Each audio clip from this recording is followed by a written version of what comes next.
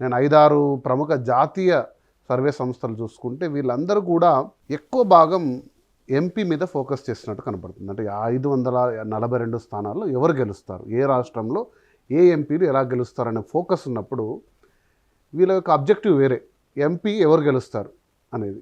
So కానీ ఇందులో మనం ఎట్లా అంటే ఏపీ అసెంబ్లీ ఎన్నికలు కూడా ఒక అంతర్భాగం అయిపోయింది. సో దీనికి బేరీజు వేసుకోవడం అనేది శాస్త్రీయత కొంచెం లోపించడం అవుతుంది. అది సర్వే అంటే ఎంపీ స్థానాలని బట్టి ఇక్కడ ఎమ్మెల్యే స్థానాలు చేసుకోవడం అనేది బేరీజ్ వేసుకోవడం చాలా తప్పు.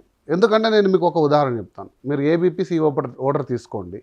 ప్రముఖంగా వాళ్ళు అసెంబ్లీ స్థానాలు ప్రస్తావించడం మానేశారు. కానీ మొదటి రోజు వాళ్ళు ప్రస్తావించినప్పుడు ఏబీపీసీ ఓటర్ స్వయాన 21 నుంచి 25 కూటమికి వస్తాయని చెప్పారు. ఎంపీ 21 నుంచి 25 అనేది చాలా పెద్ద సంఖ్య, ఆల్మోస్ట్ 100% సీట్స్. కానీ అసెంబ్లీ వచ్చే వరకు వైసీపీకి 97 to 108 అంటూ ఇచ్చారు.